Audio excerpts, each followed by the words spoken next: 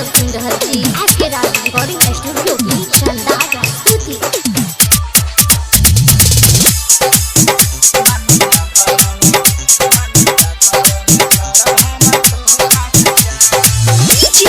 संदीप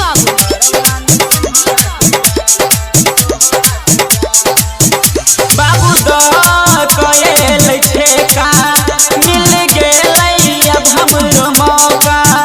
बाबू दो कोयल ठेका मिल गेलै अब हमरो मौका। मिल गेलै अब हमरो मौका। ए रानी रतिये में, ए रानी रतिये में, ए रानी रतिये में आइब तोहरा गाँव में हमारा ते जय माला के बेरिया करब तोहरा से प्यार। रानी रतिये में आइब तोहरा गाँव में हमारा ते मंडप में करब रानी तोहरा से प्यार।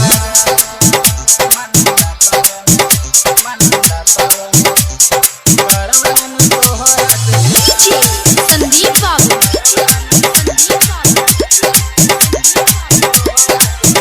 हाँ दुनियादारी छोड़ का हम तो पड़ला वहाँ के प्यार में। बहुत दिन बीतिए गेलै हाथ मिलल बाजार में। दुनियादारी छोड़ का हम तो पड़ला वहाँ के प्यार में। बहुत दिन बीतिए गेलै हाथ मिलल बाजार में। रानी खून हम बहा देब जान रही पर लुटा देब, जान रही पर लुटा देब। ए रानी रतिये में, ए रानी रतिये में आइब तोहरा गाँव में हमारा ते जय माला के बेरिया करब तोहरा से प्यार। रानी रतिये में आइब तोहरा गाँव में हमारा ते मंडप में करब रानी तोहरा से प्यार।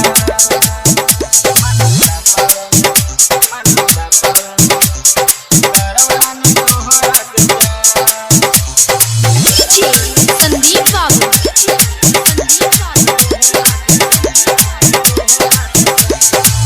आबै छी सैदी सबर को ये रानी डीजे के दुआर पे।